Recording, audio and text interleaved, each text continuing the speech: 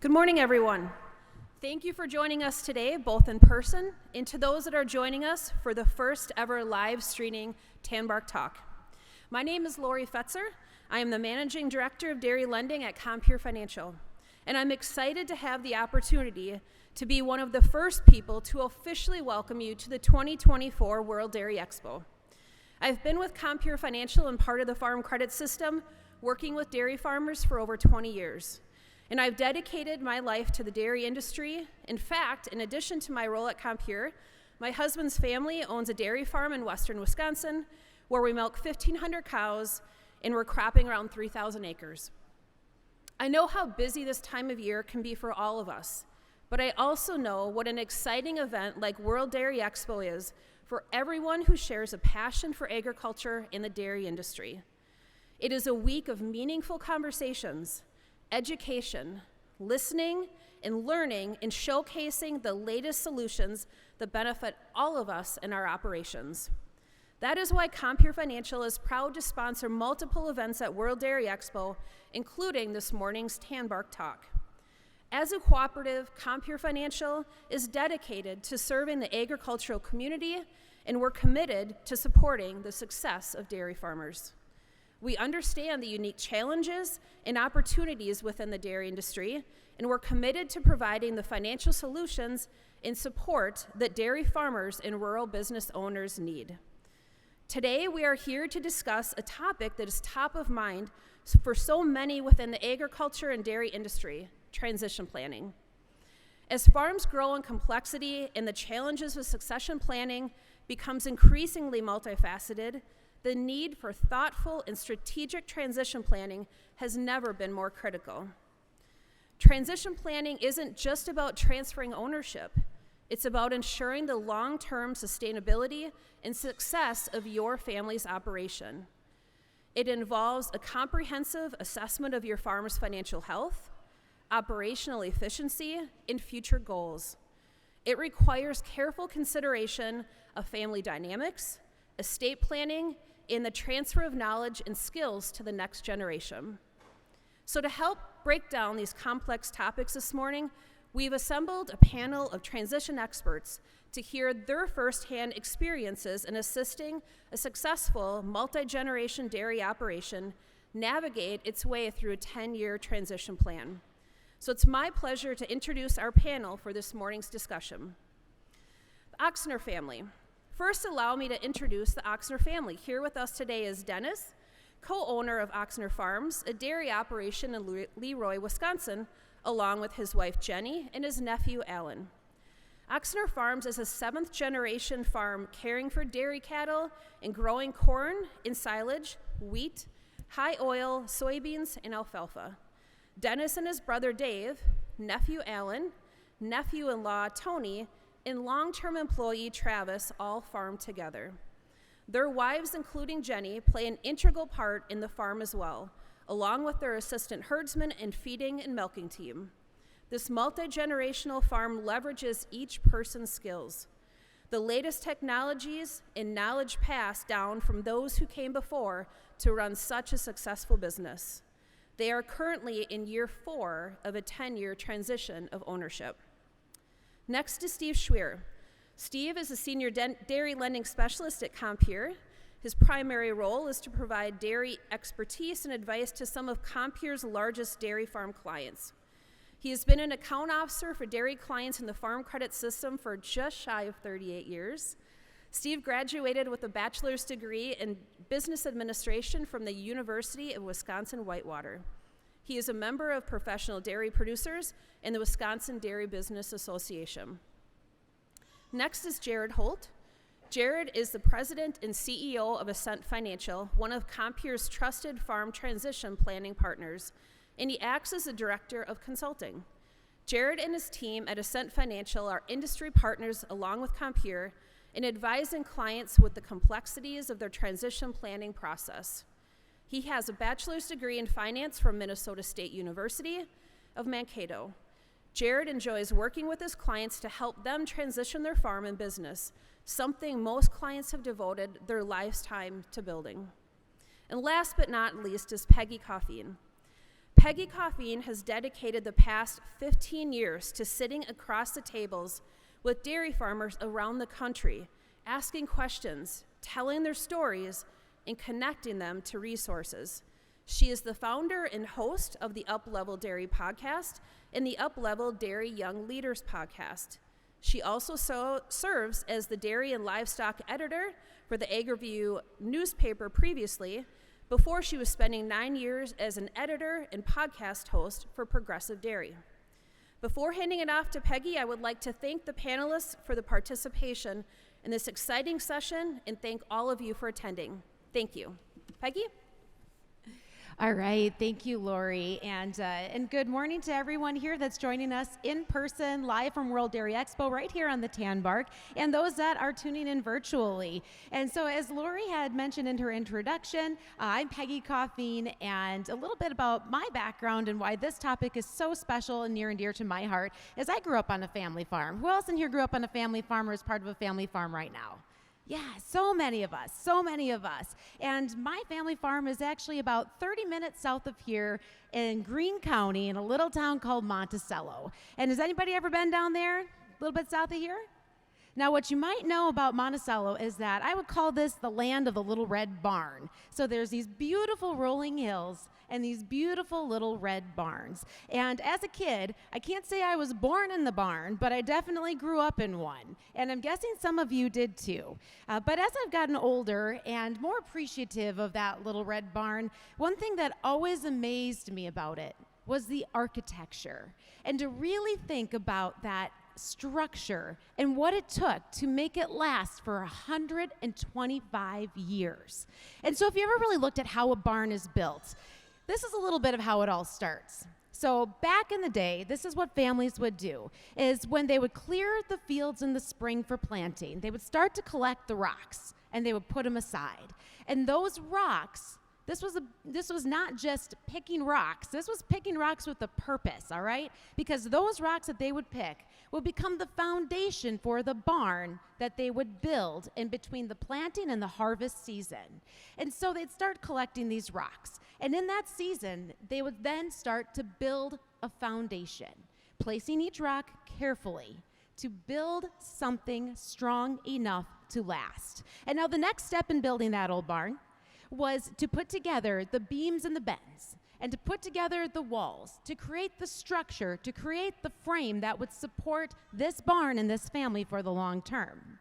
And then what would happen is when it came time to put the walls up around that barn, this was a project that was bigger than the family alone. Even our best Catholic families in Greene County could not raise it themselves without the help of their neighbors. They didn't have enough kids to raise it, so they had to call in some reinforcements. And so they would take their team that they assembled and they would put the walls up around these barns. And those barns are the same ones that you can still see in the countryside today. But if you look closely to that original structure, what you may also notice is that even though that original barn was once built many times 100 and some years ago, they didn't stop building. They built additions, they built wings, they built a lean-to here and a lean-to there, and before you know it, you had what you can see today, a farmstead that was built and expanded for each stage, each generation, to diversify, to bring in another family member, to do something different. And that's what created the foundation of not just that barn as it once was, but of the barns that still stand today. And when you really think about what it took to build those barns, it's a lot like transition planning that we're going to be talking about this morning. It starts with the foundations, with those rocks that were picked and collected.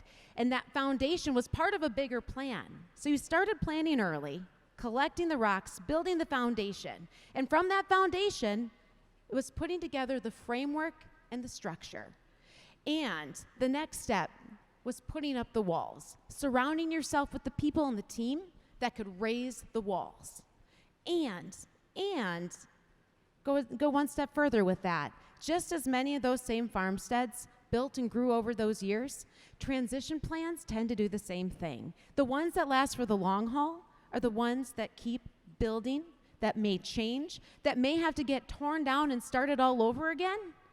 And that's what we're here to talk about today, this topic of family farm transition planning. And no, it's not an easy one. It's complex. It can be complicated. There's a lot of emotions and legacy and history that's attached to our family farms. But that's why we're here, is to start to break down some of that complexity. And the way that we're going to do that today is with the generosity of the Oxner family and the experts that they have surrounded themselves with to be able to raise their walls and build a barn that will last and expand and grow as their family and their legacy continues to expand and grow. And so with that, I'll introduce you again to our panelists and have them share a little bit about their expertise today. And to my left, your right here, we have Jared Holt from Ascent Financial. And Jared, could you please take a moment and tell us a little bit more about who you are, what you do, and how you serve farm families in the transition planning process? Yeah, thanks, Peggy. Jared Holt with Ascent Financial, as Peggy said, and we spend our days on family farms across the United States working to help propel to the next generation. We build it brick by brick, and it's the best thing in the world other than farming.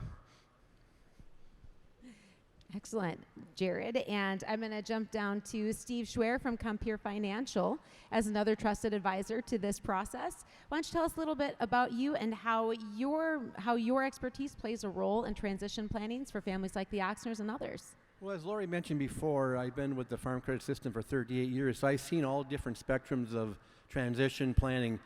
Back in the 80s, the transition plan was all about more gifting, and it was easier to transition assets with the asset values the way they are right at that time. Nowadays, we're seeing asset values of land, buildings, cattle, just tremendous inventory values. What was $1 million and $2 million of assets back in the 80s is now 10, 20, 30, 40 million dollars of assets, and that just doesn't happen overnight. You have to have a more comprehensive plan.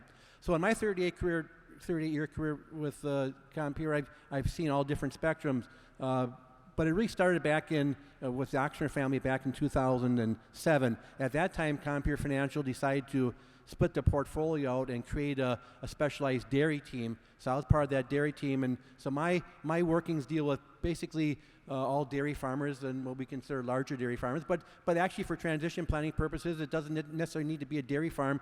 The transition plan that the Oxners went through could apply to any type of operation as well. But in 2007, when I first started working with the Oxners, it was kind of unique because at that time they had just got the farm transitioned to them from their father, and they'll explain that story too in a unique situation. And so it basically was literally in 2018 or 19, so almost like only 12 years later, they were then thinking about transitioning the farm to the next generation. Usually you see a 20 or 30 year gap in between there, but in this case it was pretty close, which is really a credit to them because they did this well enough in advance. So that's one of the common themes we'll talk about in the transition plan, is giving the plan enough time. Thank you, Steve, for your introduction and for you explaining the relationship that you have with this family that's joining us on stage. And in just a moment, I'm going to have Dennis tell us a little bit more about your story. But I do want to call attention to those of you that are in the audience, and that there is a little table tent that's in front of you right now, and that's where you can find a QR code that you can scan. And when you do that, you are able to actually get access to this full video recording after World Dairy Expo. That'll be sent right to you. So make sure you take a moment to go ahead and scan that so you can get access to this full video. And for those of you that have questions, whether it's online or in person, we will have opportunities for you to address those questions to our experts and our family here as we go throughout the presentation in some designated times. So jot down those questions, look forward to that, and I'm going to divert back over to Dennis. Tell us a little bit about your story, a little bit about your family farm, and how this process all started for you. Well, good morning. Yes, how it all kind of began, I guess, is our dairy, our farm, it's a sixth generation, and with Alan and the next generation coming in, we're looking at 7 generations. Growing up on a family farm, I've said it in the past, I had the honor of working with 4 generations, my great-grandparents, grandparents, my dad, and myself. And at the time when you're young, I guess you kind of take that all for granted. You don't think a whole lot about that till you get older and you realize that was pretty cool. You know, as time went on, you just see the differences in generations about, you know, how back in those days, how conservative it was for, you know, your grandparents, and then your dad had my dad. He was a little more progressive, and he wanted to expand a farm, and that kind of led into me and my brother growing from there. We currently, as we said, we milk 600 cows. We grow about 2,200 acres of crops on the farm, and with the next generation coming in, we're planning on an expansion here, where it's in the talking stages right now. So we're hopeful that all of that is gonna materialize here, and yeah, we're looking forward to that.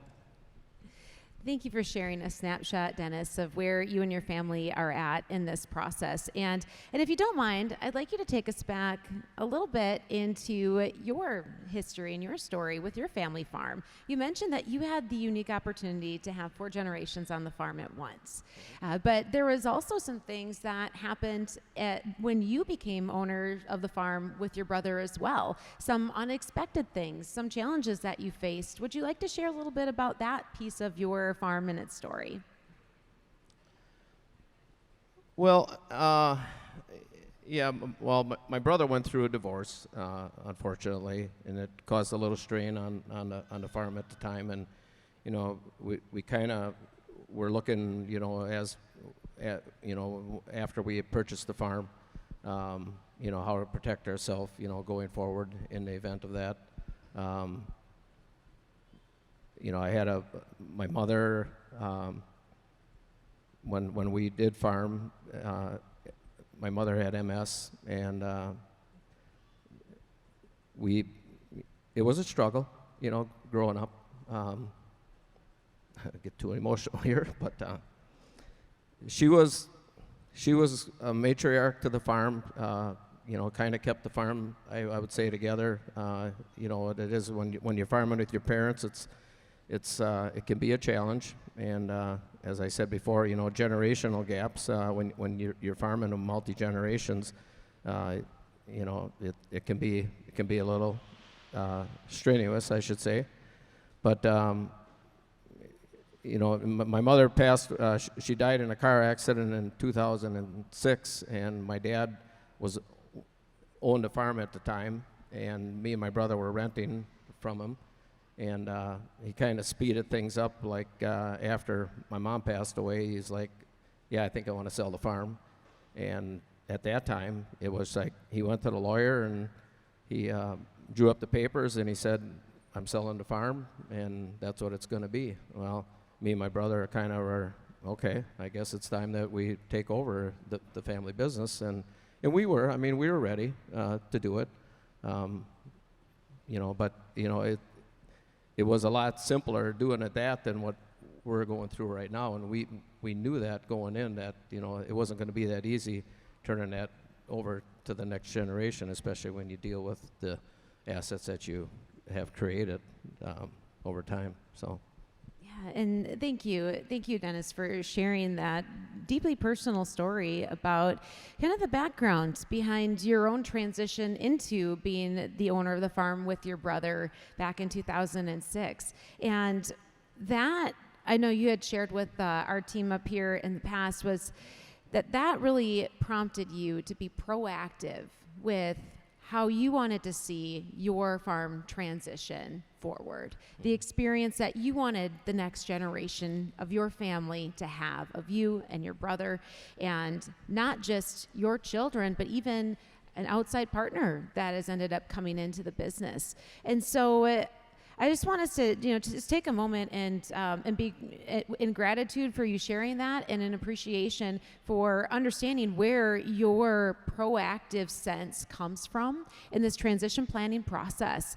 And that, I think, is where we can pivot to the importance of starting early, because you didn't have a lot of time to figure things out when you were transitioned the farm, but at a relatively young age compared to many farmers, you started having these conversations.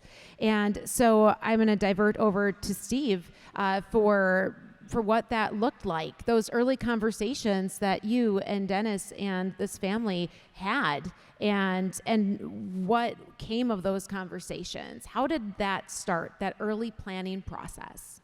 Well, first of all, basically the idea, we just started having a conversation. So usually that's the hard part, just having somebody be open to listening to having that conversation. I knew at the time there was next generation that were involved in the operation, that were interested, and they weren't exactly sure what this all looks like. Either weren't exactly sure what ownership and managing a farm we would look like. They were working on the farm and just decided that they wanted to have some ownership and to have some skin in the game. So we just started to have the conversation. I always like to just let my clients know that there's what options are out there. So I basically gave the Oxner family a list of people that I thought would be great to start the conversation with. I also told them that this should be a team effort. You just can't talk to an attorney or about that. You got to talk to your tax consultant. Have me involved because we need to make sure this works financially as well too. So basically, just a conversation started. I gave them a list of names and options of some professionals to go talk to, of which Ascent Financial was one of those. And I think the family was really open to the idea up front. Again, going back to your experiences of how you received the farm in a transition, I think you made the comment to me once that you wanted to make sure that the next transition that you would take place in with the next generation would be much more complicated, more well thought out. And again, at that time, we knew there'd be a longer process. But we had time on our side. I think you were probably in your early mid 50s at that time. That's usually, it's great to think about that well in advance. A lot of people don't think about that till they're in their 60s or 70s. And if there's that bit of advice I'd give to everybody is to think about this soon enough, and because time is your friend, time is on your side. And I think just conversation has led into the idea of you talking to the next generation members. They were open to it, and again, just basically the conversation started, and then it evolved after that. And when we talk about starting those conversations, when it comes to other families that are out there that you're working with Steve or you're working with Jared, what is the best place to start? Sometimes starting is that hardest step. So what's your advising for the best way to start those conversations? Honestly, the best way to start, I think, is to start having discussions internally, coming to events like this, getting educated on what a transition plan entails, making sure that everybody in the family and the business is ready to start the process. We have a saying that, if people are not ready to go down this path, you can't force them, you can't push them. They have to be willing to go through it. It takes time, it takes energy, and it takes a lot of work. The Oxners got started at a very young age, I would say, relatively speaking, like you said, and that has allowed them a lot more of opportunities to improve the plan, enhance the plan, and do it over many years versus all at once. I think that, with the Oxners starting as early as they have, you guys have been able to walk into it and develop it under your own terms, not in a time of crisis or in financial uncertainty, or when you guys are in a big argument. You guys were getting along. You were ready. That's the time to do it. There's no perfect time to start a transition plan. People always ask that question. Oftentimes, the best time to start it, if you have kids coming in the business or looking to get into the business, oftentimes a good starting point is if they're in middle school, to be honest, because they start getting to high school and they start asking, what does it look like for me to come back to the farm? And you want to be able to tell them what that looks like, what that vision is. And you guys built the rules for entering the business. Oxner's built that out. And even the successors, as we've been building this transition plan, they're already thinking about their next generation coming in. How old is the oldest kid of you guys? 13? Well, doesn't Travis have a 16-year-old? So, now is the time to start for the successors to be communicating a message to the next generation, and so earlier the better is our motto. And the thing to understand is too is that there's no right or wrong in transition planning. It's not a cookie cutter approach. It's not fill in the blank. It's whatever you want the plan to look like. So you tailor the plan to how you want it to look like, and that's why starting early allows you that opportunity to do that. It's just not every operation is unique. Every transition plan is unique, but it's really more about what you want and not what everybody else has done in the past also. And just one more thing with that. You could relate to this, Steve, but just because you start the transition planning process doesn't mean you're retiring. You were working this morning, weren't you, Dennis? Yes, I right, was. Jenny? You're not done. You got a couple years. They don't let us leave yet. Exactly. They still want us yet. So it's there's we like to say there's still two hands on the baton through this transition plan for many, many, many years. Just keep that in mind when people start the process. And a couple of keywords that have come up in what Jared and Steve have just shared. Steve was talking about the word plan. Jared was talking about the word vision. And what that speaks to is the different stages in a process. And within different stages are different people and different consultants that construct a team. Steve, you touched on this a little bit, but Dennis, I would like you and your family to expand more upon how you built your transition team. Who did you surround yourself with to help create that vision, clarify it, and then put that plan into place? Well, originally, if you want to go right to when it first started, me and my brother, we had this conversation numerous times as far as, looking back in history of how it went with, again, going back to my grandparents and great-grandparents. My grandfather, I forgot to mention, he sold my dad the farm. My dad wanted to buy where our existing dairy is. The farm came up for sale. And my grandpa was like, okay, I don't think you should buy the farm. Well, my dad was like, well, I got two sons here that, we were in high school. I was a freshman. My brother was a junior. My brother, at the time, he was born to be a farmer. I'm telling you, he just was. And I think he knew that from birth already. I really didn't know it at the time, but, my heart was somewhat in farming at the time, but yet not totally. But then I decided, it was kind of a condition with my mother being handicapped. I felt the need to stay and help, take care of her. So as time, kind of going on from there, Dad goes to FHA at the time, borrows the money to buy the neighbor's farm. This was back 77. Grandpa wasn't ready to sell the home farm. Grandpa comes along a month and a half later after my dad just buys his farm. He says, Bud, I want to sell the farm.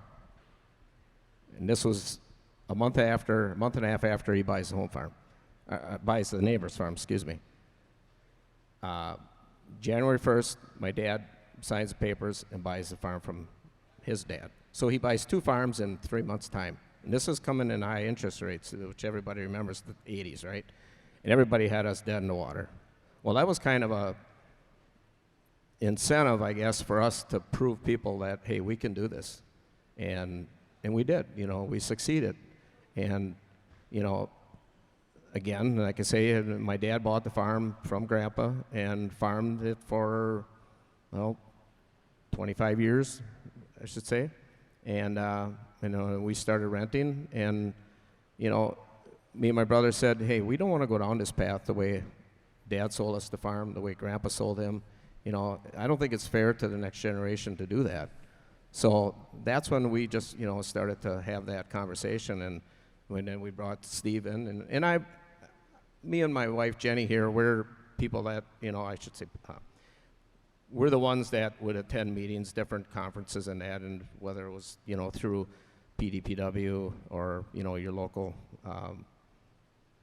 Compeer, actually, that had these meetings about transition planning. So we attended a few of those, just trying to get some ideas, which direction we should go. And then with the help with Steve, he kind of assisted us to, a couple of these. And then we reached out to Jared and Al, Al Bennett at the time. Is Al still with you yet? Okay. So Oh, yeah. Yep.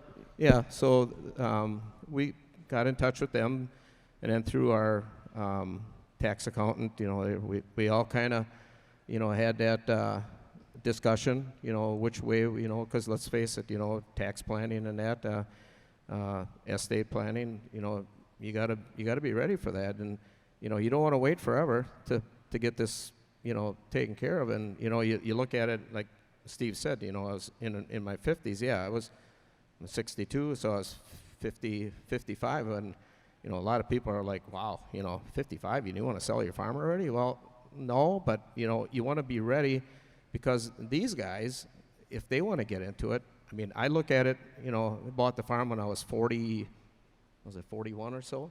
I wouldn't want to buy a farm when I'm 55 years old. I mean, that's me, but that's why we kind of went this direction and just said, hey, we need to start planning and getting something in place, so these guys got the opportunity. You could see their growth as time went on, and hopefully they'll have that same passion that me and my brother had. So you recognize the complexities of what it would take to be able to move your family farm forward into a next generation that involved you and your brother transitioning to children and eventually non-family partners as well. And so you mentioned working with Steve at Compeer, working with Jared and his team at Ascent. You also mentioned your tax accountant. How about an attorney? You had an attorney your family had been working with. However, were they the right one to serve you in this particular need that you had? At the time, we thought they were, but I think it was just too complex for him. He didn't quite understand the ins and outs of the whole dynamics of what we were going through.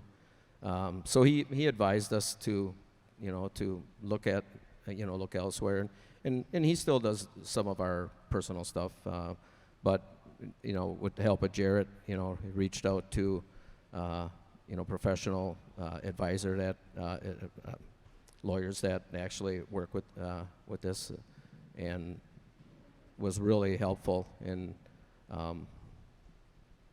so we did go a different direction with that, and I'll say that's the one thing with Ascend is they do the what do you want to say, the dirty work, the complexity of the whole transition. So it makes it easier for the lawyers to write up these. It's not all that the people might say, well, holy crap, that's going to cost you a lot of money to have a lawyer do all of this. Well, yes and no. The lawyer really, I should say, dots the I's and cross the T's and looks over, these plans, and between, our lawyer and Jarrett, I think they worked well together, and it made it more of a smoother process. And Jared, would you like to add something? Sorry, I was just going to say that, building your team for your transition plan is critically important, because they're going to steer the direction of the plan. Oftentimes, as the business owner, you don't know all the tax laws or the legal ins and outs, and you're just going to take the advice of your team. And there's a lot of amazing professionals that help family farms across the United States, but a lot of them maybe plan with clients year to year. They just don't have the experience to think out many, many years at a time. So if you're watching this or listening and you're building your team, just ask your advisors, what experience do you have working on a transition plan? That's critically important. Your original attorney, nothing wrong, great people, but they wanted to put a strategy in place for the equity part of the transition plan that would have probably cost an extra $2 million in tax over the life cycle of the transition plan. That's real money. That adds up. And so just those little tweaks for most family farms can have 7-figure impacts. And that speaks to the value of, in this industry, in dairy, we have particular needs. We have particular ways that transition can be successfully done so that those tax burdens can be bared in different ways. There's different methods, different strategies, and we're going to get into some of that in just a moment. But I want to take a little step back again into these early stages of a process. And there were multiple steps that I know Jared and his team, after Steve had referred them over to you, that they walked you through. And we keep talking about the plan, but I want to go back to that piece of the vision and what it took to get on that same page and to be aligned as a family and what you truly wanted. And that is a big struggle for so many families. You know, the irony sometimes of farm families, and I come from one as well, is you can work next to each other all day long. And you can work in sync, side by side, all day long. You know what the other's doing. You don't even have to say sometimes what that expectation is of your next step when you're planting corn or when you're harvesting. But when it comes to getting down to the heart and core of what you truly want for your future as a family and as a farm, that sometimes is the hardest thing to talk about, even with the same people you're sitting down and having lunch with every single day. And so let's back out a little bit into what it really took to get to that point of being able to build out a plan by drilling down into what you and your family really wanted. And I'm going to refer to Dennis and Jenny and Alan. What was that part like for you? Oh boy. Lots of conversations, with ourselves, with me and Jenny and Dave and the team, as far as, do you guys really want to, move on, take this on, as seeing, what we've worked throughout the years. I think with those guys working side by side with us, having that understanding of how we are running our dairy, running our business, that was kind of emulating into their whole belief as far as wanting to become an owner at some point. So that was kind of the start, of the process of, okay, are you guys just going to be an employee, or is your vision to be an owner someday? So that's me and Jenny, we have 3 daughters. None of them really, besides one of our older daughter, maybe had a little bit of an interest in wanting to come back, but she decided not to, which is fine. I always said, I didn't build this farm for my kids. I built it for me. If my kids want to come into it someday, fine. I'm not gonna force them into the business. I don't think you should. I think they should want it. And if they have different careers, that's fine. So with these guys that our next generation here, you could see that they have the desire that they want to farm, and I'm hopeful that they want to become owners. But kind of a long answer to your question, to start that process, it's a lot of conversation to get to that point. Is okay, are we going to take this next step to get this plan into place? And those conversations you found beneficial to have third-party led, correct, by Jared and his team. And really, it was more of an interview process with those of you that are involved day to day, but also, as you mentioned, your daughters that didn't have that passion and ambition to come back to the farm. How were they included in those conversations? What did that piece look like? Well, we had that discussion, talked that this is the plan that we were gonna road that we were gonna go down with, and they're okay with it. Like I said, they don't have they don't have any animosity. I don't think, as far as, like, well, Dad, you never really offered it. No, they, that they're fine, with our decision as far as which direction that we're gonna go. Obviously, you set up your estate plan, in accordance with, protecting your kids and that, and with their inheritance and that. So, but no, I don't know, Jen, if you want to add to anything to that, or. Well, that's just where comes in with the irrevocable trust with bringing the attorney in. You really didn't know how to guide the children that weren't involved in the farm. Where is it fair for them and to inherit not just what we grew up on, but what parts of the dairy would they inherit? And with having an attorney and Jared with the meetings, it really brought you like, wow, I never thought of that. I never thought of it this way. And there is availability at some point that if they do want to come back, and how they would come back, not just thinking like, oh, I'm the owner's daughter, I would come back here. No, you're the owner's daughter, but you're going to work your way back up. So it's all through meetings and question and answer of step-by-step process of how it would come into play.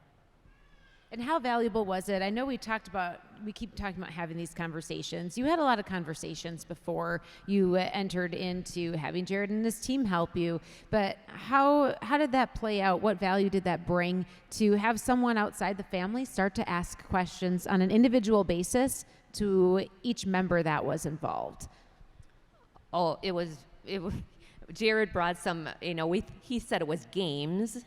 But the personality test and just understanding, working side by side with your husband and your in-laws, brother-in-law and sister-in-law, along with my nephew here, and understanding like, that's why they are who they are, because everybody isn't like you. Everybody does have their own personality, and how do you work through that, and how do you learn from it? And also, when Jared brought in it was probably a 5-page letter, like who does what now, who's going to do it in 3 years, 5 years, and 10 years. And everybody had to put their check mark down, like, okay, yep, I'll take over Dennis's job, and Alan's like, I'll take over his dad's job as the herdsman, and what do I do now? And I kind of want to do this in 3 years. And it just really brought out the transition plan of 10 years. Okay, this is going to work. Nobody signed up for my job. Mine was all blank, but that's where I come into Compeer. Like, they do have options for somebody that doesn't want to do the book work and HR and bring in that business aspect of it. So they really gave us ideas on how to transfer it. No one told you, but you don't get to retire. Yeah. And I thought those conversations were really critical, because as a lender, I always look at, okay, you're going to transition the farm, but who's actually managing the farm, and how's the management ability going to work? And when you look at between the three individuals, knowing the operation was a dairy operation and cropping, you can't have all the three individuals be crop guys. You can't have all the three individuals be cow guys. You need somebody to be the cow guy, somebody needs to be the crop guy, somebody has to worry about feeding. There's DNR work, there's FSA work that needs to be done, and the book work. So those conversations really allowed me to feel more at ease, knowing that going forward, the operation would be good hands, because they were able to separate those responsibilities. We had people step up and say, hey, I'm going to be the cow guy, I'm going to be the crop guy. So we had a really good mixture, but that's always a big concern when it's easy to say you want to bring next generation in, but who's actually going to do what? Like I said, everybody can't do the same thing. You need some to be specialized in certain areas, and through the interview process, I think we were able to figure out who fit best. They always talk about where do you fit on the seat in the bus, trying to find a person to sit in the best seats in the bus and find the right seat, and it worked out really well through that process. But that's where the interviewing came in and really delved deep into those conversations. Yeah. And Alan, how did this all work for you? What did you learn and discover and value about this whole process of, having those conversations led by someone else, learning about the personalities within your own family, and starting to be able to really identify the dynamics that you have as a team working together, and to start to designate those roles and have someone leading those conversations? What value did that bring to you as the next generation coming in? Brought a lot of value. When you talk transition planning and being a young farmer, if you want to say, it's really opened your eyes of you're not just signing the paper and owning the farm. When you brought Jared in and you're doing all this, behind the scenes paperwork and talking to these guys about what the next step is, it's eye-opening, especially when you're running a big operation like that, on the tasks that people are doing, and if there's multiple successors, who's going to do what, and to make sure that you want to do this the rest of your life with the people you're surrounded by, whether it's family or long-term employees. I'm not going to lie, at first it was a little scary, but once you get into it, it's like I told Jared before, you got to surround yourself with good people and trust these people that they're helping you, to all have one common goal, and it's to be successful. Thank you, Alan. And we're going to dig into some nuts and bolts here of kind of this next phase in our process of talking about the actual plan and the how to make everything work. But before we do that, I want to do two things. One is just a reminder again that on your tables are those little tents with a QR code that please just take a moment and scan them, because that will give you full access to the video recording from this presentation after the show, and encourage those that are tuning in online to submit their questions and to be able to access our panelists that we have today. And in fact, I believe we have a few of those questions that have started to come in. And Brian with Compeer, Brian's got a few of those queued up for us. Yes. We have a two-part question for Dennis. When you talk to your fellow dairy producers, how many of them have plans in place? And secondly, how often do you review your transition plan?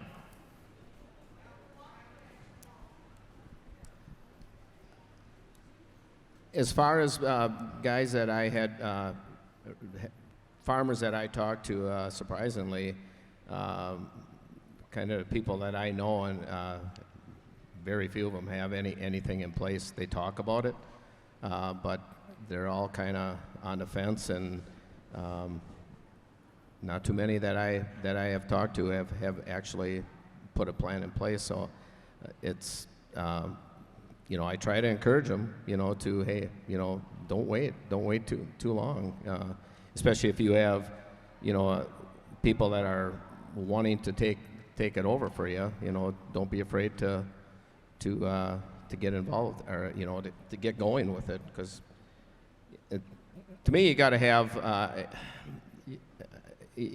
some type of exit plan.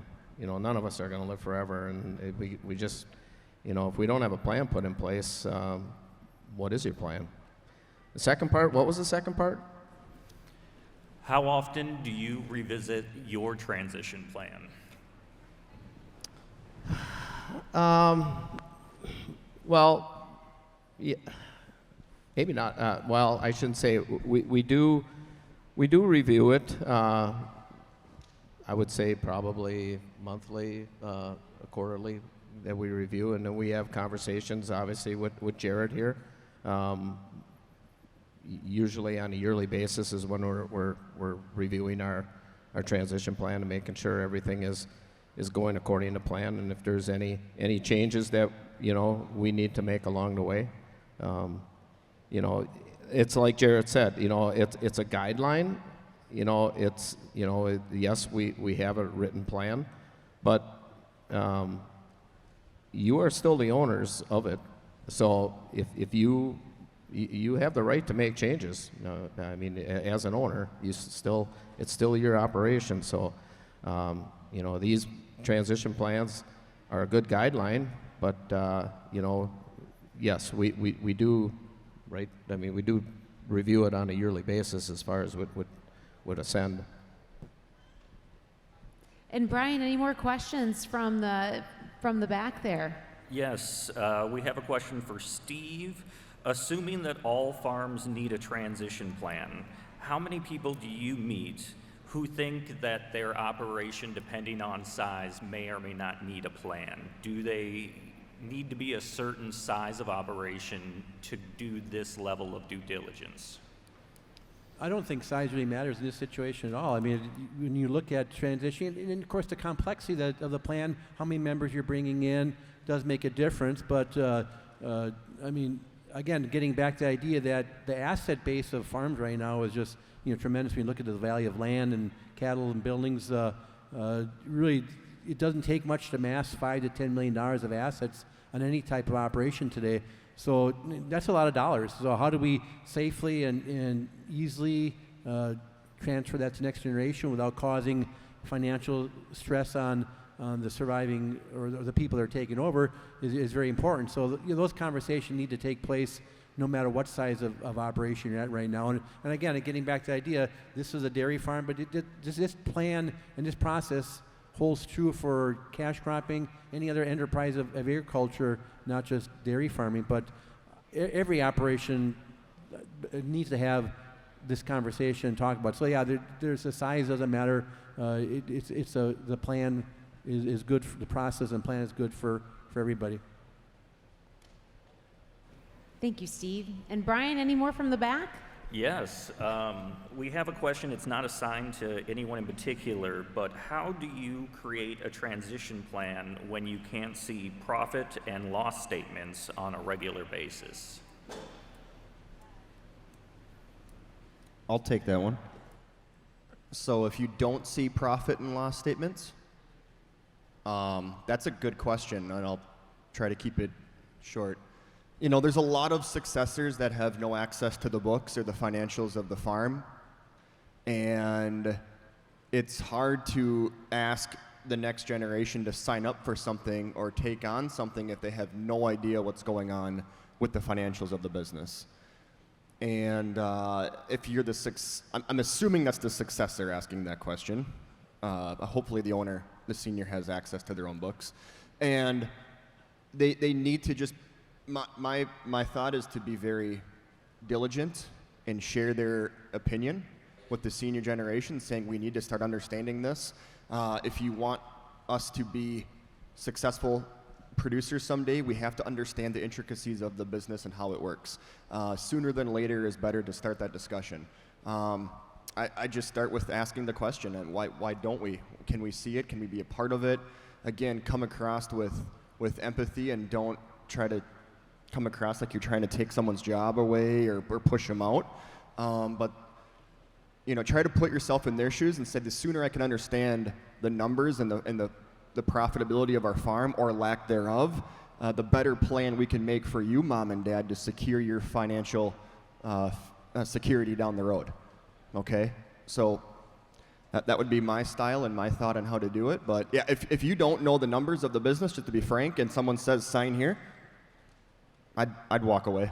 There's no way. How can you buy a business or ask to execute something that you don't know how it's going to work? I would say that's a plan that's not going to work. That's doomed to failure. If there's no trust up front to be able to show the books, that's the whole process it's just not going to work.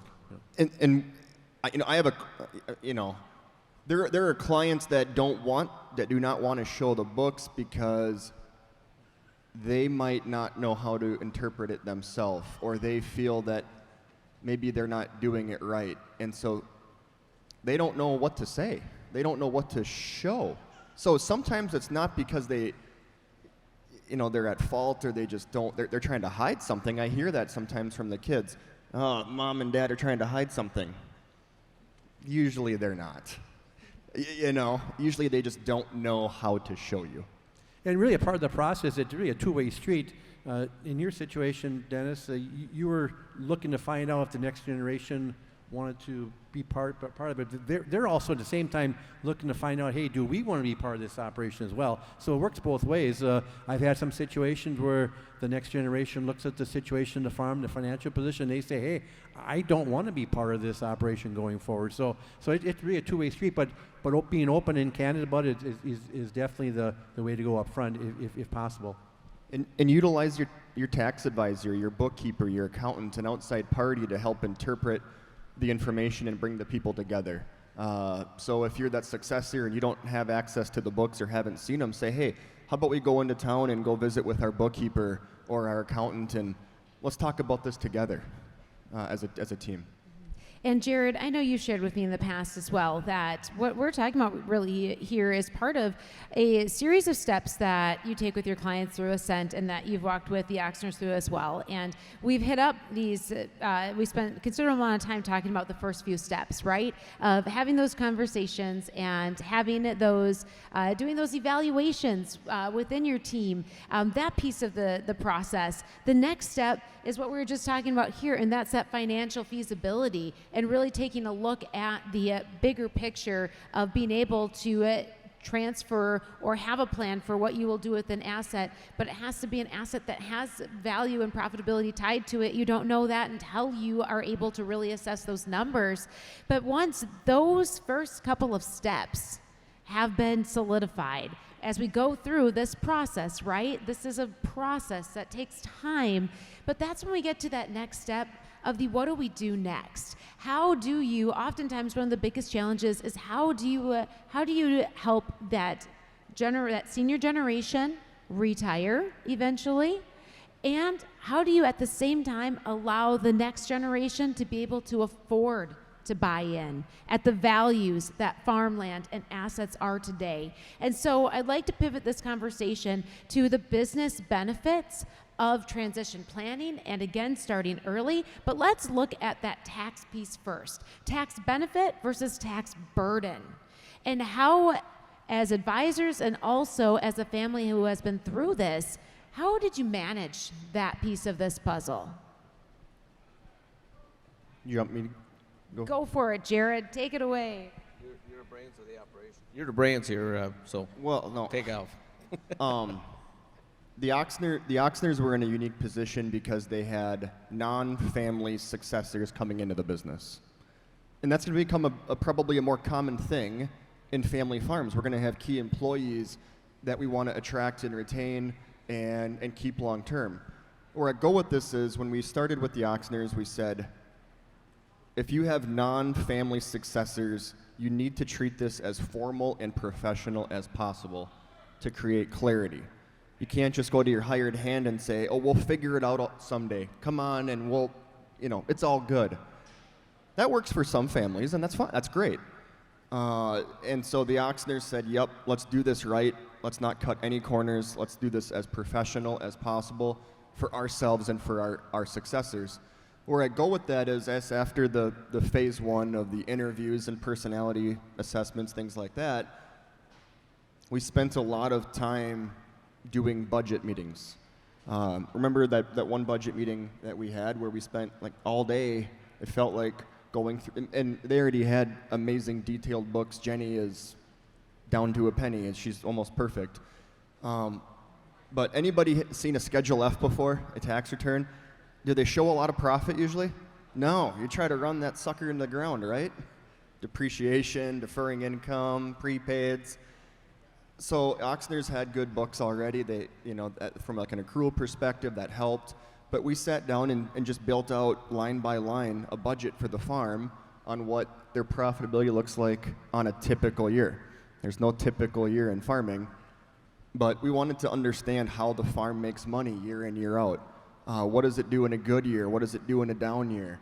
What's their capital purchase plan look like going forward? And we tried to be as transparent as possible with all families, seniors and successors, with the numbers so they all understood it. So that way, Alan didn't get to the finish line to sign papers and all of a sudden, sign here and ask questions later. You guys got to see the numbers right away, and we built it with confidence. From there then, starting into the financial modeling piece, to understand if the farm is in a healthy position to do a transition plan. Not all businesses are transition plan ready. It's important to understand that. And if a business is not transition plan ready, what do we need to do to get it ready? The word we use a lot is legacy payments. We got to start making legacy payments to the senior generation as they want to step back and bring the next generation in. Can the business afford legacy payments today? And we spend a lot of time with the Oxners to understand what those payments had to be to the senior generations to have them achieve financial security. But like you were saying, making sure that there is something for the next generation as well. So building it, looking at it, saying we got to make sure that the farm can succeed. There's something tangible for the next generation that they can build off of, but that the seniors could step away and meet their personal goals away from the farm, and that they could address the fair versus equal. Is that a topic anybody hears about, fair versus equal? You need to address that early on in the process. And then collaborating extensively with their tax advisor, with Steve, to look at the numbers and say, how is this going to work? And coming up with the right tax strategy. And, Oxners were not unique in a situation where a lot of farms, you ever heard of the deferred tax liabilities? We all have them in farming. You take accelerated depreciation. You work hard to keep your income taxes down at a certain point in time. But if you talk to your tax advisor, they're going to say, well, you got to pay that sometime. And the farms that start this process earlier can work through that tax plan in a much, much more efficient manner. And so we put together a 10-year plan with the Oxners to become as tax efficient as possible, working closely with their tax advisor, Christina, at Compeer.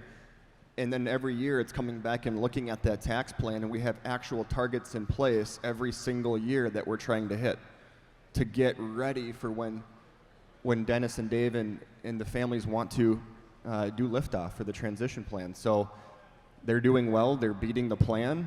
It's amazing if you lay out a plan with details and economic targets, now you have something tangible you're trying to reach.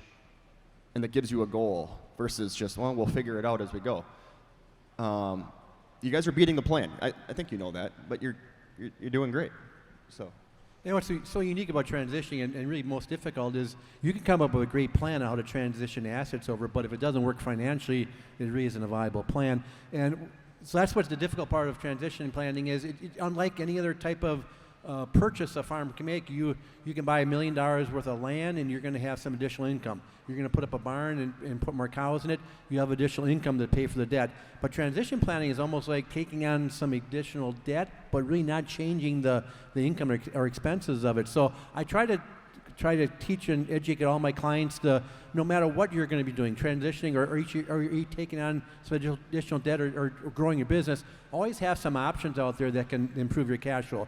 In the Oxner situation, we talked about some of those options.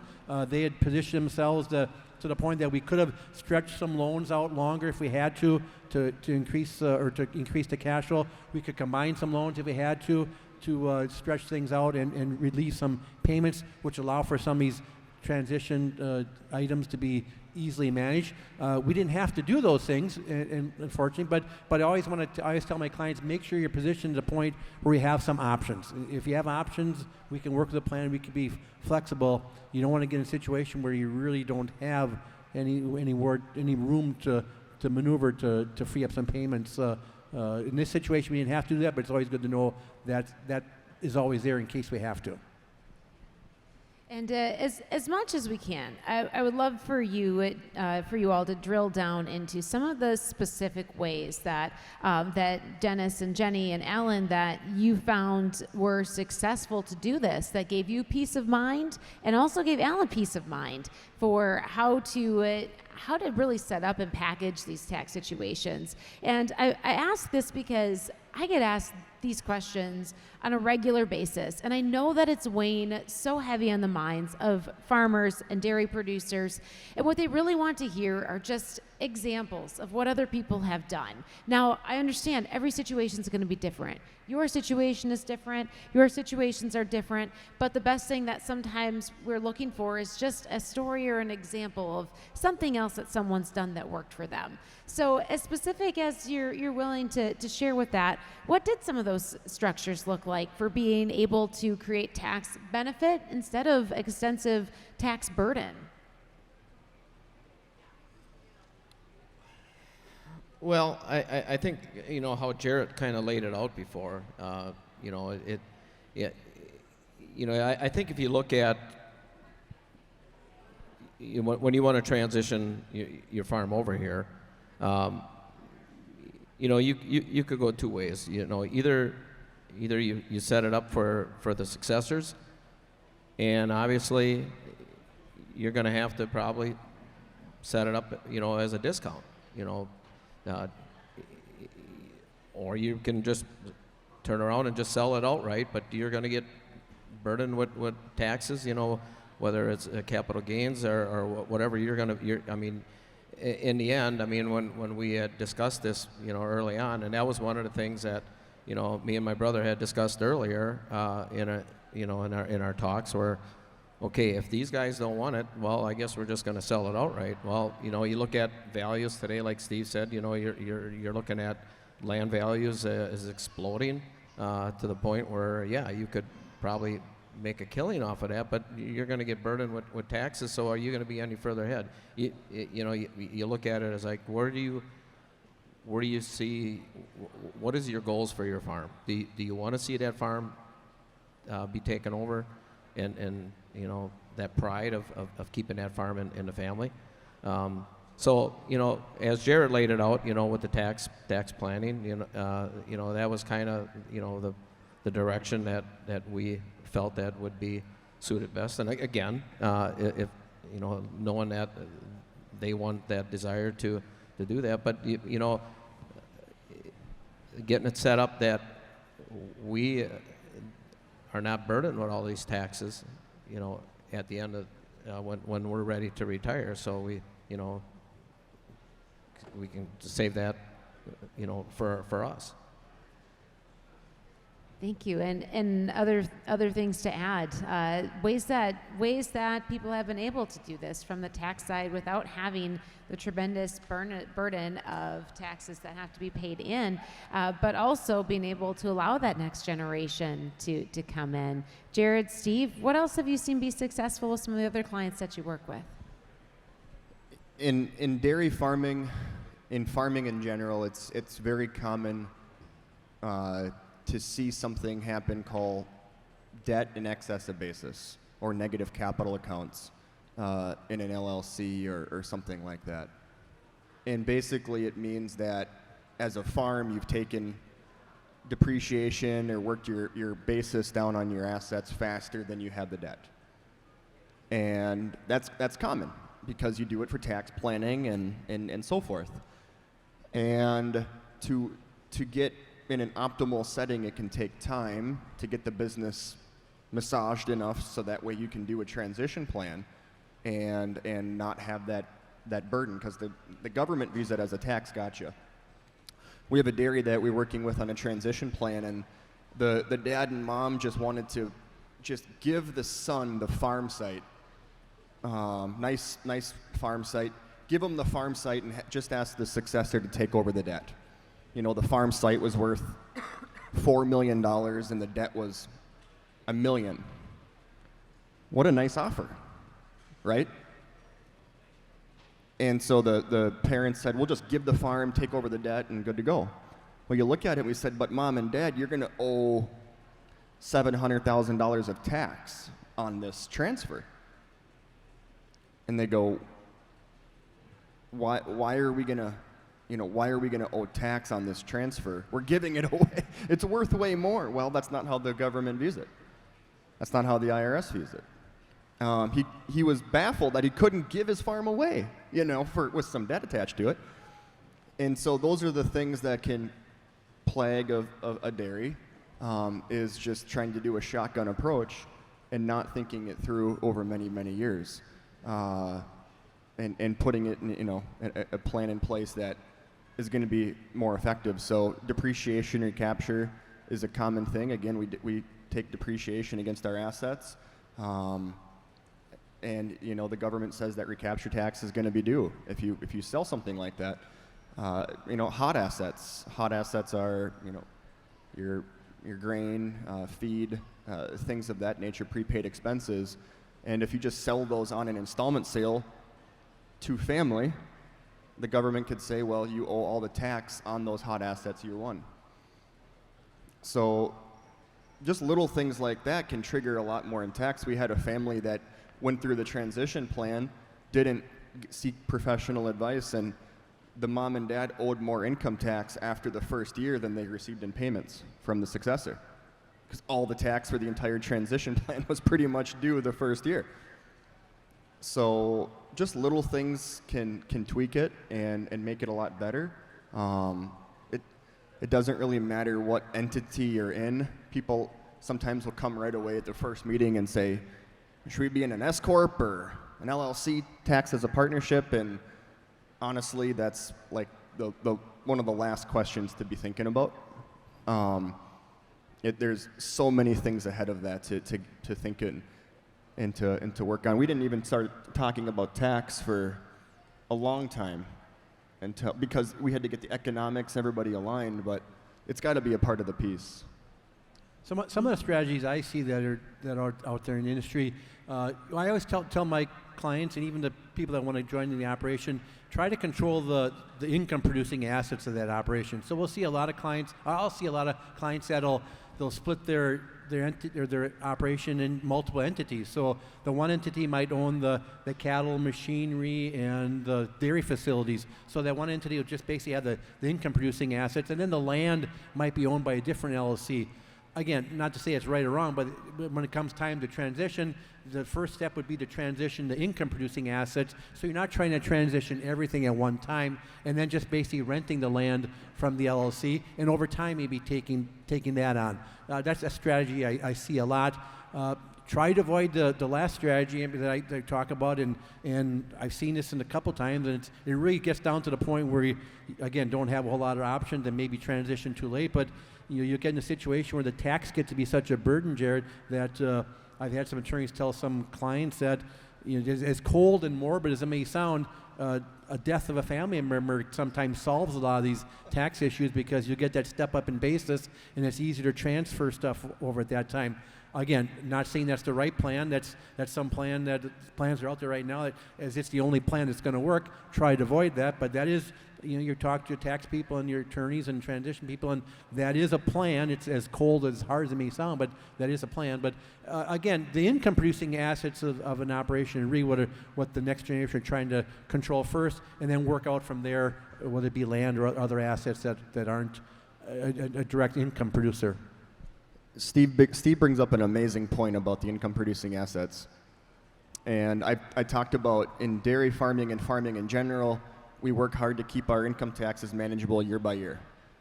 And it's critically important to align the cash flow of the farm with the debt structure of the farm as well, if you can.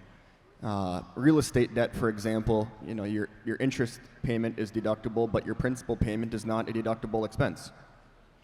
And we have a dairy that we've worked with where the mom and dad transitioned over all the cows, the cropping to the next generation, but they kept all the real estate debt and all the land, and they're just renting it back. Well, the land payments are hundreds of thousands of dollars, and now mom and dad do not have any of the income or tax planning ability to manage the income taxes. So now mom and dad are, they're a duck on water on opening morning, for taxes. They're just getting pounded with taxes because they have to take in this hellacious amount of land rent just to go back and make payments to the bank, which is fine. It's good debt, but their income is just through the roof, and they don't have any deductions or any depreciation, any expenses to go off to offset it. So a lot of those situations, we try if we can If the family is forward thinking, you try to align the land and the land debt with the successor, so that way you can manage the income taxes and keep that tax planning capability together. It doesn't always happen like that, but in certain cases you try to do that. And that's where it's important then to, all the way through the process, but talking intimately with your lender and understanding and saying, hey, what are my possibilities? How does this work? Hey, Steve, if I want to transfer some land to my next generation with the debt, can I do that? Are you comfortable? Those are important discussions all the way through, but again, all of it needs to be thought about versus just in a silo or one thing at a time. And that also leads to some of those options I was talking about too, Jared. I mean, you talk about the tax situation. So after you delve into a real estate mortgage 10, 15 years, and a lot of its principal, which is not tax deductible, a lot of times we can turn around and reamortize that loan again, maybe spread it out another 20 years. Now, we're not doing it for the first generation, we're doing it for the next generation because they have time in their hands. So it sounds kind of crazy to take a debt and amortize out again. But if we do that, it's really the next generation that's servicing that debt. For the current generation, they're going to see a lot less payments, a lot less principal on that loan, and which sometimes can alleviate that tax situation. Again, it's just boils down to having another option out there, and that's why you want to surround yourself with a team to talk about these things, and in case that had to be done, what are the possibilities of that happening, and what are the consequences of that as well. It was easier to do back in 4 or 5 years ago when interest rates were lower, so you could take a really low interest rate loan, reamortize it out, and continue with a low interest rate loan. You want to have a different conversation today because you might be taking a loan that has a lower interest rate, terming it out longer, maybe converting it to a higher rate. And you may not want to do that, but again, just talk to your advisors and see what the consequences of that would be. And I can add to that. That was when we went through our meetings with Jared. When we sat down with these were the scenarios that had played out, as far as, were the owners, would we, maintain control of the land and then rent it back to the, and when we looked at that plan, it wasn't feasible to our liking, and, them were the directions, that they led us down. And thank you for sharing that, Dennis, and also Jared and Steve for just these scenarios and examples. And I think what this also speaks to is just the high value of having that team that has actual experience, not just with farming, but with dairy in particular, that can help guide through these complex scenarios. And I do want to turn our attention for a moment to our audience that's here live with us today in the Tanbark here at World Dairy Expo. And there are mics that are set up in the room here today. So those that might have questions that they would like to stand up and address those. But also our people that are tuning in online, and it looks like Brian might have a few questions coming in from the back. So we will give him a chance to sit down and address those. Brian is the voice like the Wizard of Oz today that you can hear coming from some unknown space in the back of the room. But Brian, what do you have for us? I have two questions. The first is not necessarily assigned to anyone, but they would like specifics on what practices or processes have been used in transition planning to defer taxes. To defer taxes? Correct. Yeah. You want me to jump on that one? An example that we do a lot, it starts with finding out what the senior generation needs out of the deal, and then kind of backing in a number from there. Where do I go with that? A lot of times our plans will involve gifting over the hot assets. When I said hot assets, it's the feed, it's the crop inventory, it's prepaids. Gifting those over, oftentimes we will gift over the equipment as well, if we can, within reason, but maybe then take elevated land rents, work with their tax advisor and say, hey, can we push the upper limits of the land rents? Could we sign a bonus land rent agreement in place if we are renting for 10, 15, 20 years? Can we get even higher? We have a CPA that said, yeah, we can throw an extra $50 an acre on the land rent. Not a problem, because we have a long-term land lease in place. Great. We met mom and dad's cash flow needs for legacy payments, but we just pushed over the assets and deferred those taxes, and then next generation can keep the tax plan going in that way. 1031 exchanges on land is a big thing to do if you need to defer capital gains tax on land with low basis. So that can happen. Deferring taxes in other ways, if it's a equipment transaction where you have to get cash out of the equipment, work closely with the tax advisor. Again, this is not legal or tax advice, but we can put like a lease with an option to purchase in for the equipment over many years. Make sure there's enough residual. Make sure the lease payments are correct and the right amounts. But that's going to keep the income taxes manageable for the senior generation. It provides nice deductions for the successors.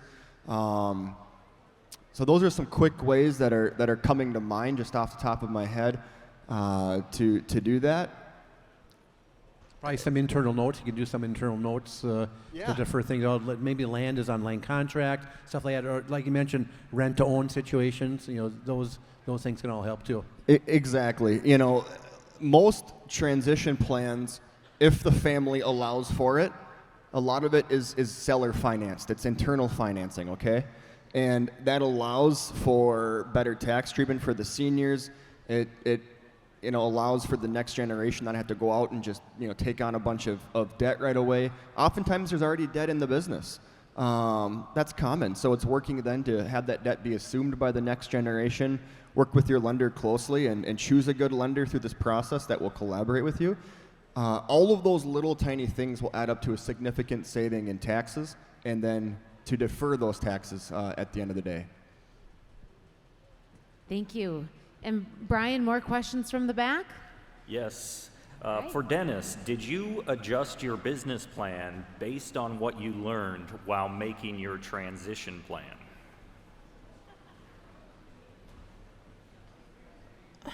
I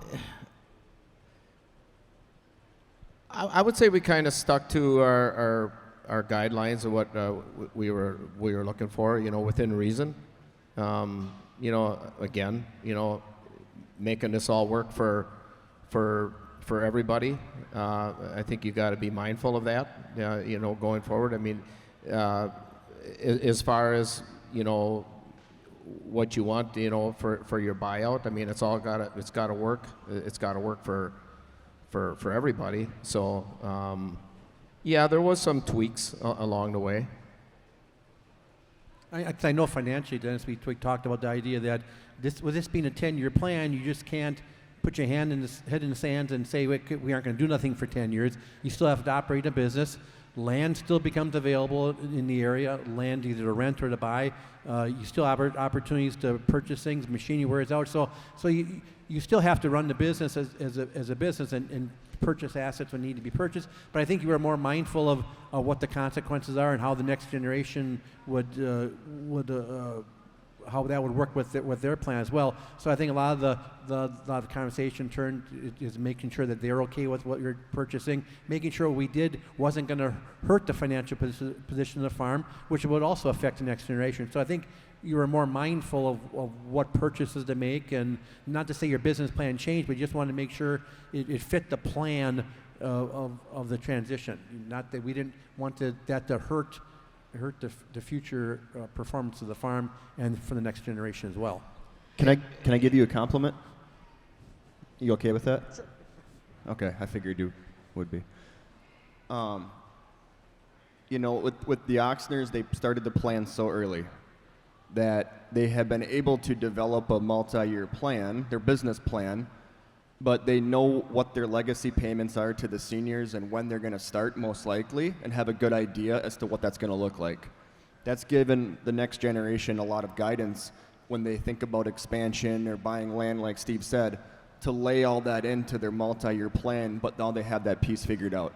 I see so many family farms get stalled out because they have no idea what it means for the seniors, what they're going to need out of the business, and they quit investing, they quit expanding, they quit growing because they don't know where the debt's going to be, they don't know what. So mom and dad get they get gummed up, they start putting the brakes on ideas because they don't even know what they're going to get out of the business in the future. I think you guys are putting this plan in place so early, it's allowing you guys just to have more fluid discussion. Maybe you don't even know it, but you guys have amazing culture inside your business and communication because you have all those big rocks taken care of. You guys can just have discussions and you can move now versus, well, what does this mean? Because you guys know. No, I agree 100% with that. And that's what we've been.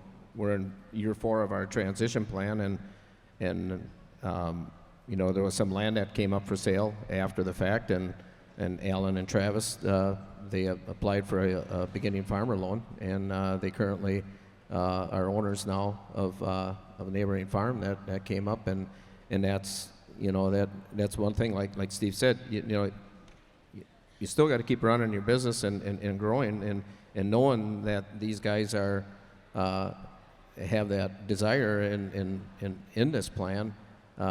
You got to look and you got to be proactive when things like this, opportunities like this come up. So knowing that they want to grow the operation, well, you can't just say, well, we're going to put the brakes on until year 10, and then by then there's a lot of changes that can happen in the industry and in your area.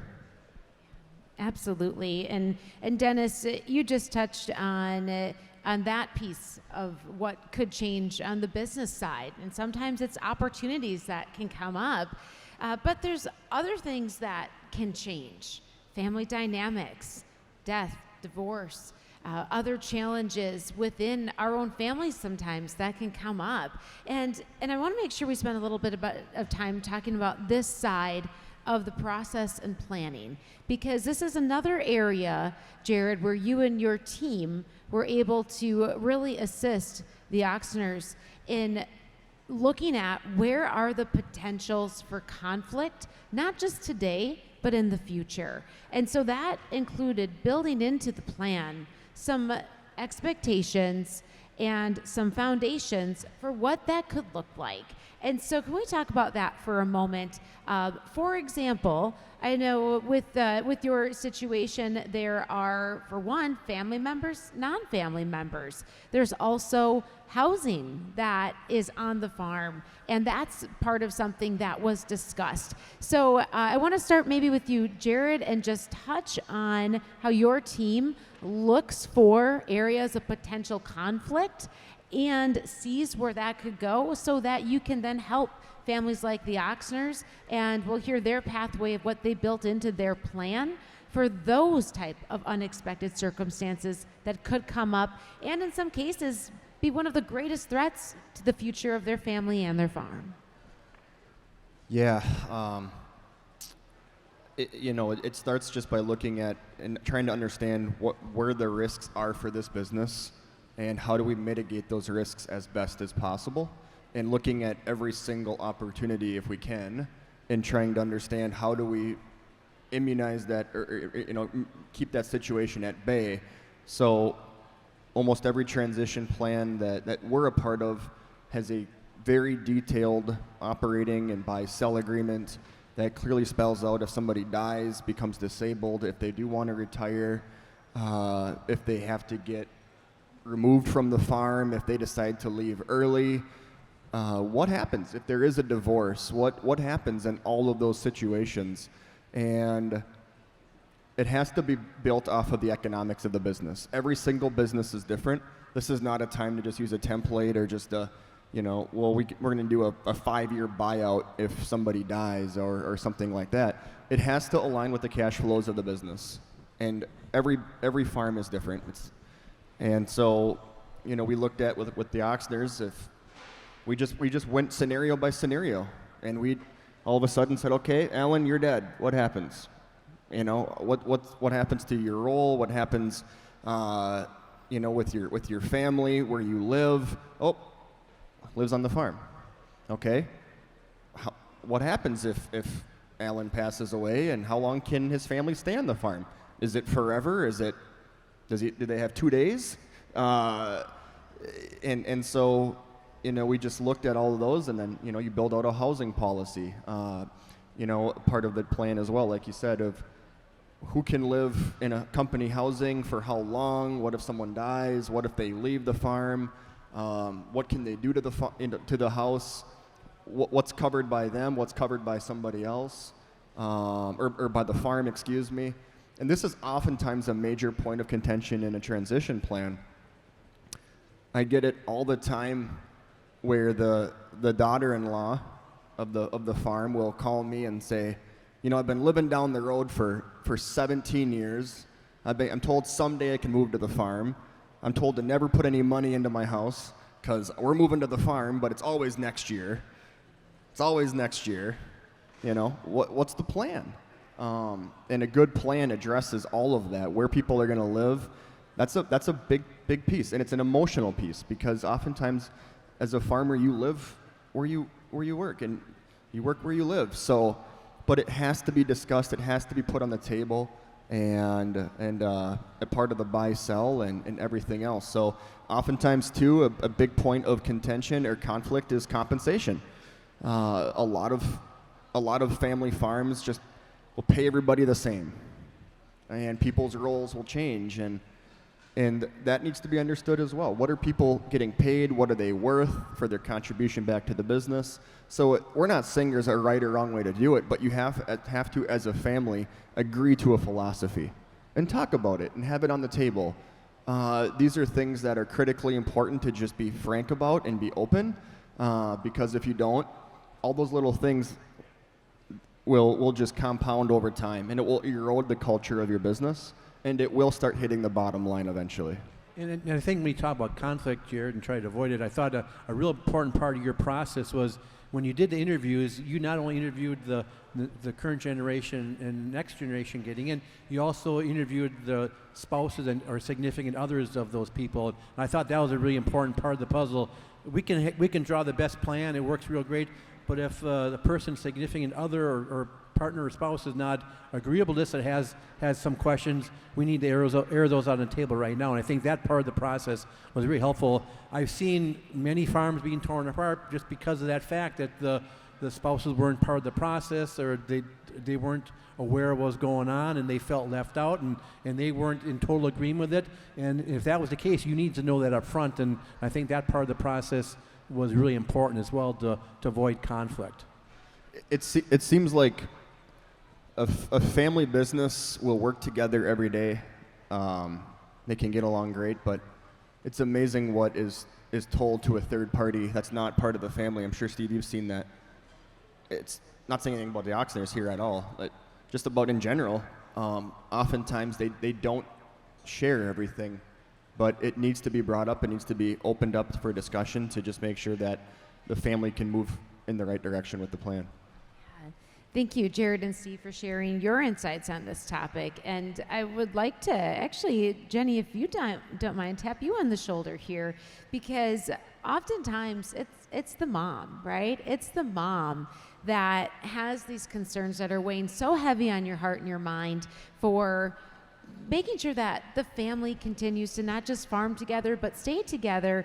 And this was a pretty valuable part of the process for you as well, was having this clarity and this structure around something like a housing policy. So could you speak to, for a moment, Jenny, the housing policy, or maybe some other pieces of the planning process that really helped you to be comfortable and have peace of mind with things that could have caused conflict and division in your family 10 years from now if you didn't have a structure and a document that put everything in place right now? What were some of those things for you? Sure. So the first thing, we were very fortunate to, out of the five, my husband and myself, and my brother-in-law Dave and his wife, and Alan and his wife, we all had homes right on the farm. Then the farm across the road came up. We had milkers in there at the time, and we added a different home on the other farm for the milkers to live in, and renovated that home for what we call ourselves G1 and G2. So the three members of the G2, the second member, we renovated that house, so he then had a home.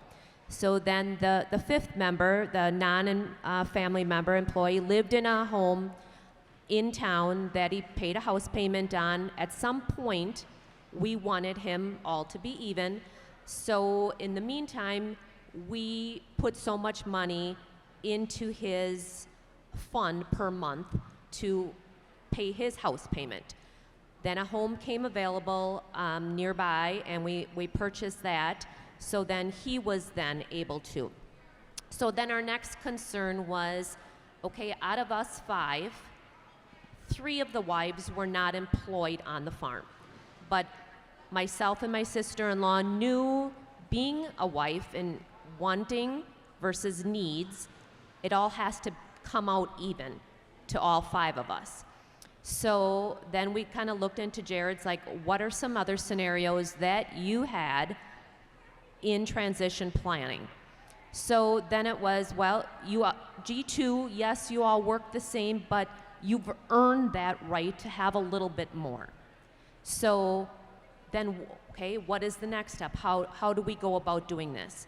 So every year, the farm transfers money into an escrow account through Compeer. G1 is given so much, G2 is given so much each member. And they can use that per year, or they can pile it up for a kitchen expansion or remodeling. So the furnace, the roof, the plumbing issues that have to be done, it's a need that gets paid through the farm. One of the new wives would say, I want new carpeting. Okay, you have so much in that escrow account, here's your new carpeting. So they hand in that invoice to myself, I then pay it, and it gets with a transfer from the escrow account to pay that bill. So it's kind of where that conflict is, nope, we don't have to worry about it, it's taken care of. Thank you, Jenny, for expanding on that. And how much peace of mind does that give you in knowing that there's a process and a system for the family members for things that, something as simple as new carpet could have caused some major division for some families, right? Oh, exactly, because, you know, through the years, Dennis and I, myself, have put a lot of money into our home, along with Dave and Cheryl, and, you know, but it's something like we've earned it, you don't want to say, but yet you want to feel everybody is equal, and it can be a conflict, like, you know, because then why should I be putting money into a house that I don't own, you know, for the wives that work off the farm? So then they have that. Thank you so much for sharing that. I think there's a lot of valuable nuggets that especially other moms will relate to, because those are the things that we worry about, right? When we think about the future, and it's not just the business, it's the dynamics. It's not just the goal of a family, of a farm that stays in the family. It's the goal of a family that sits down for Christmas together and wants to be together, right? These are the things that we're talking about that are part of family farm transition planning. And one thing that we didn't get to, and I want to make sure that we touch on this before our time is up this morning. Alan, I'm going to ask you to speak in on this as well. But when we look at G2 that's coming in, so we not only have Alan, who is your nephew, but you also brought in a person who is not a blood relative into the partnership, correct? So let's talk about that for a moment, because this is the direction that I believe a lot of our farms here in Wisconsin, throughout the Midwest, throughout the country will be going, is to look not just within our family, but within those that have a vested interest and a passion to be a part of our businesses for the long term. So what was that like? What was that process like to bring in a non-family member into your generation of partners? And how'd you make it work? Well, he's been working for us for 20 years, but you gotta, you know, understand everyone's demeanor and attitude, and, you know, be open-minded with that. You know, we all know not everyone's the same, not everyone has the same interests, but like I said, to be open with it, and you know, if you're lucky enough to work with these people for a long time before you start the transition plan, like I said before, to know that everyone's got the same common goal. You know, not everyone has the same interests on the farm, but to know that we all want to be successful, and before you sign that paper, to know that everyone's invested, and it doesn't have to be family. I mean, like I said, he's not family, but he's been there, and he knows what's expected and goes about his business, and I don't know, like I said, you don't have to, it doesn't have to be family, and maybe that person hasn't been there for 20 years, the brother-in-law, he's only been there 8, but if you know they're the right people, time's only a number, so you just got to know or make sure that they're the right people for the job. And how did you make it work from bringing him as an owner? Was there a structure that you put in place? Is it, is it shares in the company? Is it, what does that piece of the pie look like? Well, without getting too detailed on our transition plan here, as we set this up, right now, currently, G2 has 2% share, if you want to call it, and the owners, myself and my brother, have 47%. So they're earning their way into the business. I always have to remind myself when we have conversations that it's a team, it's we, it's not I. I get kind of bombarded with that by G2, like, hey, it's we. Although we still are, me and Dave are still the owners of the operation, but we set up our buy-sell agreement, pretty strict, I should say. These guys, these first years of being in the business, yes, we want them to have skin in the game. They're earning their way into the business. I mean, let's face it, in order to get into this business, you got to transition it right. If they want to get out at year 8, they're going to walk away with nothing. That's how we set it up. It's and you have to. I mean, you have to protect what you have. You don't want to lose it all. It's to me, it's like it's a prenup, basically. Protect what you have, and they know that. They knew that signing it. They're fine with that. I mean, that's they're still gaining that trust, gaining that equity. But at year 10, then that role changes. Then we become the minority, if you want to call it, and then they become the owners. But for those 3 guys, they're all unique in their own ways. They all have their strengths, and they all feed off of that. So it helps us. I think both me and my brother, and I can speak for Jenny, but just building that trust in these guys and watching them grow. Jared made that comment on our last conversation. He was blown away by how much they've grown. I think we all do. But for me as an owner, just being able to relinquish a lot of these responsibilities, I know I still have a lot of them, but putting the trust in those guys to be able to develop their skills is huge. And you got to let them. You got to let them learn. And even if they make mistakes, what do they always say? If you didn't make a mistake, you didn't do anything, right? I mean, you gotta grow with that. And sometimes it's hard as an owner. You just gotta say, okay, as long as it's not going to financially burden the farm, you gotta let them kind of learn from that, and give them some guidance with that. I think that's been a credit to you, Dennis and Dave, and that's what time has allowed in the plan too. You're allowing the next generation to bring ideas into the farm, and maybe you're not going to use every idea, but you're certainly going to listen. You're allowing them to take on some more leadership skills. You mentioned before you're transitioning, but you're not retired, so you and Dave are still there for guidance, and I think that is important. But you're willing to listen to the next generation. I see so many times where G1 basically has the power and all the control till the very end. You've been willing to relinquish some of that control and power, and not all of it, but give them enough to on their plate that they can grow. And if you need they need guidance, you can provide that. But again, just listening to their ideas, and the next generation has maybe different ideas. Some are better, and some you need to try, and I think you've been more than willing to try those things and see if they work. Well, and you mentioned before, kind of morbid, if in the case of a death, none of us are bulletproof. Anything can happen at any time. And if you're going to hold back, and I'm sure there's a lot of people's experiences, if you don't let them learn something and something happens to you tomorrow, these guys are like deer in headlights. What are they going to do? And if you don't give them some trust in there to develop some of their skills and give them that confidence, in the event of something happens, well, now what?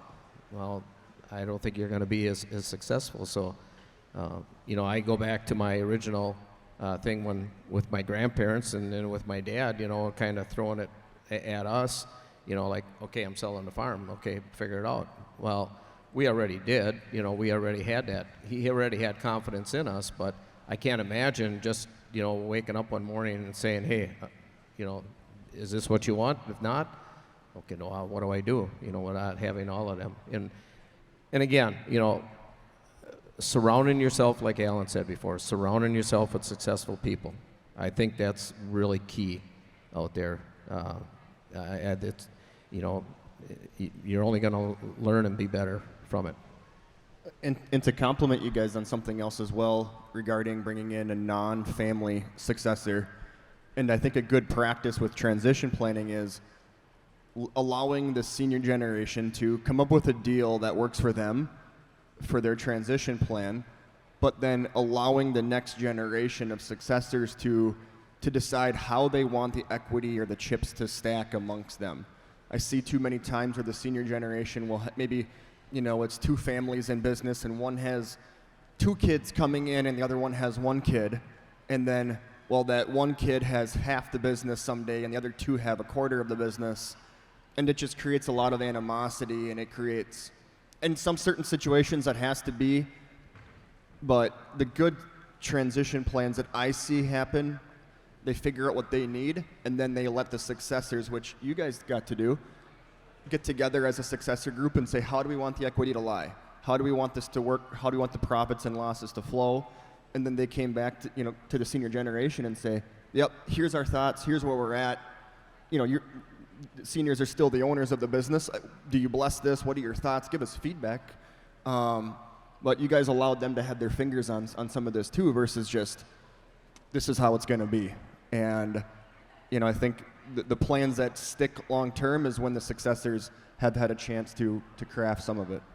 Yeah, and speaking of that, Alan, I want to turn to you for a moment here, because you're G2. You're the one coming in, you and your partners. And I'm curious for you, speak for yourself and your partners. What's been the biggest challenge you faced in this process, and how have you overcome it?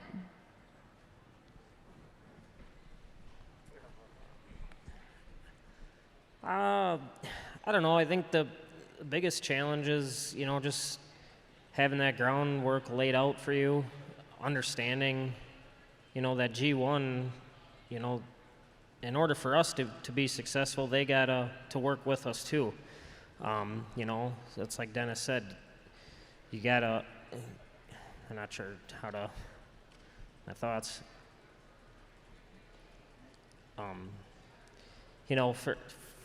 For the farm to keep going, they got to have a mindset on what they want, but also, know what we want, and to be able to help us reach that goal. Thank you, Alan. And we are getting close to the end of our time here today. Boy, these 2 hours went pretty fast, but what a stack of talented farmers and talented advisors that we have had right here in the Tanbark today. And what I'd like to ask and invite each of you to do is to just offer a couple minutes of a wrap up, a key takeaway that you want to leave our audience that's right here in the Tanbark with us today, and those that are tuning in online. And hopefully we'll have a minute or 2 left to field any other questions that we have before we are done here at 11 o'clock. And so, Jared, final thoughts from you specifically on setting up for successful transition for family farms. Final takeaways on that. Embrace it. Enjoy it.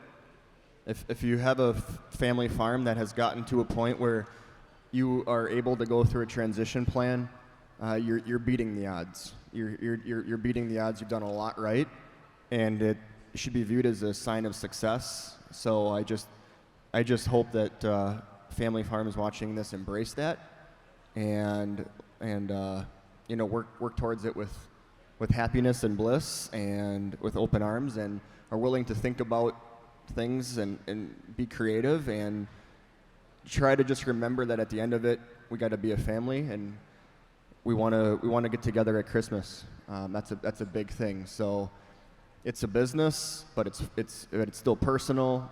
Keep that in mind and start early and keep working at it. It's never something you did one year. It's a part of your business going forward. That's just you're always doing, kind of like planting or harvest, and it has to be thought of that way in my opinion. Thank you, Jared. Yeah, Steve? on my end, just start the conversation. I mean, that's probably the most difficult part. Be willing to have the conversation, talk about it. If it leads to the next step, that's fine. If not, at least you've talked about it. But get everybody involved. Let them know your feelings. Have them know your feelings, and that way you can build a plan. In this situation, actually, the perfect scenario it basically occurred. They got the farm transition with a plan. It'll be over a number of years. Yet, in the meantime, the farm can still grow and expand at the level that Dennis and Dave want the farm to expand, and also at the level that the next generation wants to see it expand as they take it over. So, to me, that's the perfect scenario. That you never want a scenario where you don't want winners and losers. You want both winners. And I think the way they set it up here, there are winners on both sides here, and they've set it up for not only for Alan and his partners to grow. It's when their kids and their next generation want to take it over as well. So those wheels are in motion, right, for the next generation as well too. So it can just kind of keep rolling on, and maybe you're talking 7, 8, 9, 10 generations of this farm, and I think that's kind of what everybody's goal was, to keep it in the family, and by talking and planning ahead of time, I think that's something that's able to do. Thank you, Steve. And Dennis, Jenny, Ellen, final thoughts. Okay. I would like at this time, Jenny, would you just stand up a minute? I want you, this was turn around.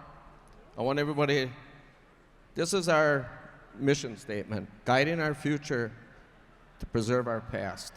And there's a lot of meaning in that. We all work hard in this business, and in the passion that we have, your core values and your mission statement, that's what it's about. Keeping the legacy going. And if I have any advice to people that ask, it's I go back to saying, don't wait too late, and have a plan. Have an exit plan. What your goals are. If your goal is to stay farming your whole career, great. I mean, there's a lot of people that, if that's your passion, or if you want to retire and walk away and golf and fish or whatever it is, but to have a plan,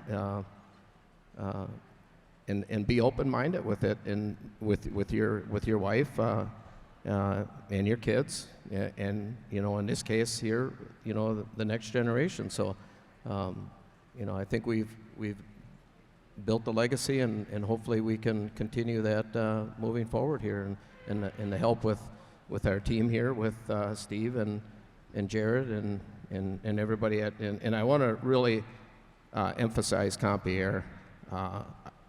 We've been working with Compeer for before it was Badgerland Financial, and just the team of people that they have to work with is just, it's such a peace of mind. I don't want to go on too lengthy here. Jared tells me I talk too long, but from our lenders to our crop insurance, dairy specialists. I see Amber sitting in the room over here. Tax planning, accounting. I mean, they're top notch, and it's so nice that you can work with the team. You know, it's all like it's in-house, and you don't, it's just a good fit. And Jared, you know, working with Compeer, it's very comforting. Well, thank you so much, Dennis, for sharing those comments on behalf of your family. Alan and Jenny, anything else to add?